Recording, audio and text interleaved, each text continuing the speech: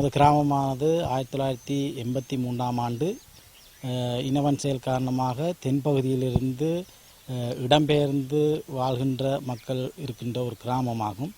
இக்கிராமமானது 1984ஆம் ஆண்டு இறுதிப்பகுதியிலேயே உருவாக்கப்பட்டது. எமக்கு 1.5 ஏக்கர் மேட்டுக்காணியும் அத்தோடு 2 ஏக்கர் வயல் காணியும் வாழ்வாதார நோக்கை கொண்டு எங்களுக்கு வழங்குவதாக வாக்குறுதி அளிக்கப்பட்டுள்ளது. அந்த வாக்குறுதி எங்களுக்கு இன்று வரை 35 ஆண்டுகளுக்கு மேலாக நிறைவேற்றப்படவில்லை.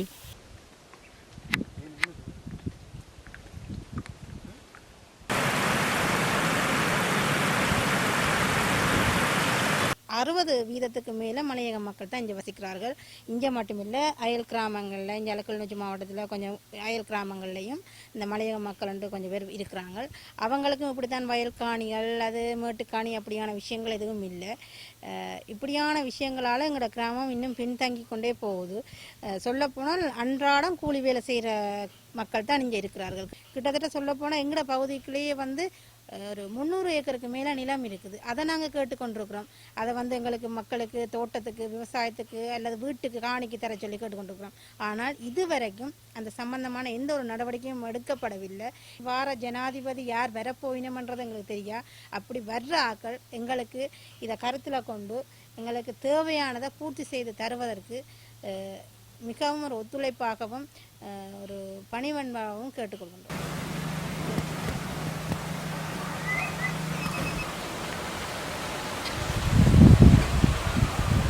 இப்போ பல ஆண்டு காலமாக நாங்கள் ஏமாற்றப்பட்டு கொண்டே இருக்கிறோம்.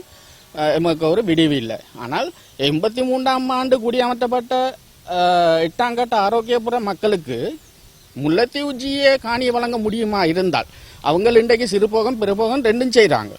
ஏன் கிளிநொச்சி மாவட்டத்தில் இருந்த அன்றைய அரசாங்க அதிபர் ஏன் இதை கொடுக்க முடியாது? கொடுத்துருக்கலாம் தானே. அவரால் செய்ய முடியுமாண்டா இவரால் ஏன் செய்ய முடியாமல் போனோம்? அப்போ எங்களை புறக்கணிக்கிறீங்களா? இன்னமும் எங்களை புறக்கணித்து கொண்டு தான் இருக்கிறீங்க.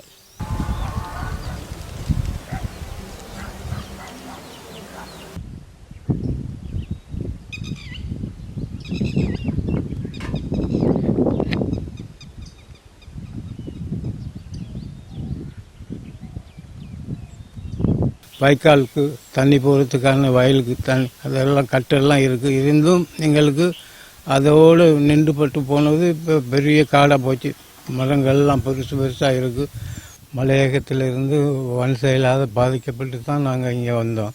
ஆனால் அதை விட பெரிய கஷ்டம் இப்போ இங்கே அந்த வயல் காணி இல்லாததால் அடித்தளம் வயல் காணி தானே மனுஷனுக்கு. அப்போ வயல் காணி இல்லை. அதனால சாப்பாட்டுக்கெல்லாம் பெரிய கஷ்டம். எங்களுக்கு இந்த வயல் காணிகளை கிடைக்க வார ஜனாதிபதியாவது எங்களுக்கு இந்த பிரச்சனைகளை தீர்த்து தருவாருன்னு மிச்ச நம்பிக்கையோடு எதிர்பார்த்து நிற்கிறோம்.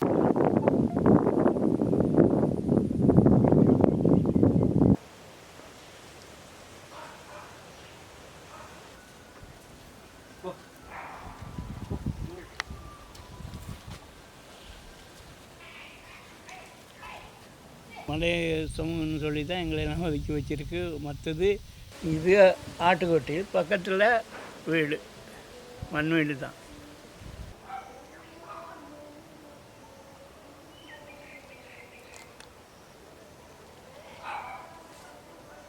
வந்த புதுசில் ஒரு கதை வச்சோம், அவ்வளவுதான். அதோட காடு வீடு நம்ம கட்டியிருக்கிறது தாங்க வயல் காணிக்கு வரும். மழை பெஞ்சா பார்க்க மாட்டீங்க வெள்ளத்தை. அப்படித்தான் வெள்ளம். இந்த ஏதோ நான் கொடுக்குறத சமாளித்து ஒரு நேரம் சாப்பிட்டோம், ஒரு நேரம் சாப்பிடாமையும் சமாளித்து கொண்டு வரோம். அப்போ அது யாருங்க கேட்குறது? கேட்க ஆக்களே இல்லை எங்களுக்கு. இப்போ அவராவது இந்த காணியை பெற்று எங்களுக்கு கொடுத்து இந்த துப்பராக்கி நெல்லை விதைங்க, நீங்கள் ஒரு மனசை மாதிரி வாங்கன்னு சொல்கிறாரோ அது கடவுளுக்கு தாங்க தெரியும். என்ன நிலைமையில் வருதுன்னு எங்களுக்கு தெரியாது.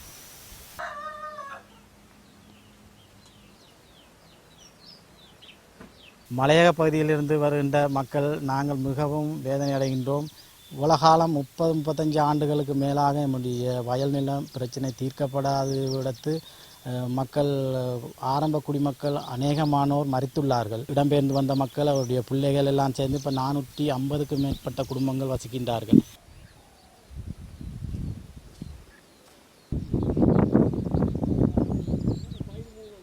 இளைஞர்களாக வந்தவர்கள் இன்றைக்கு சுடலையை நோக்கி பயணமாகி விட்டார்கள். சரிதானே? இன்னும் இருக்கிறது ஒரு 2-3 பேர். இந்த கடையா, இந்த மசனையான்றவர், ஏனையவர் கொஞ்சம் பேர் தான் இருக்கிறாங்க. எல்லாரும் சுடலையை நோக்கி போயிட்டாங்க. இப்போ எங்களுக்கும் அந்த சின்ன பிள்ளையா இருந்த எங்களுக்கும் வயது போய் கொண்டு இருக்கு. எங்கட பிள்ளைகளுக்கு சரி இந்த காணிகள் கிடைக்குமான்றது கேள்விக்குறி. சரிதானே? ஃபாரஸ்ட் சரிதானே, அது அரச காடு. அந்த நிலைமை இருந்த அரசாங்கம் என்ன வேற யாருமா இருந்தது? வெளிநாட்டுக்காரரா? இல்லையே, இலங்கை அரசாங்கம் தானே இருந்தது. அவங்க தான் காணி கொடுத்தது. இந்த ஃபாரஸ்ட் சொல்லுது அது அரச காடு, அது யாரும் வழங்க இல்லை, அது இயக்கத்து தேவைக்கு போட்ட வாய்க்கால்கள். அங்கே சகல விதமான சீமெந்து கட்டுகளும் வாய்க்கால்களும் அமைக்கப்பட்டு எல்லாம் ஒழுங்குபடுத்தப்பட்ட வயல் காணிகள் தான் அங்கே இருக்குது. நீங்கள் வேணுமென்று சொன்னால் யாரை வேணும்னாலும் கொண்டாந்து அந்த காணிகளை பார்வையிடலாம்.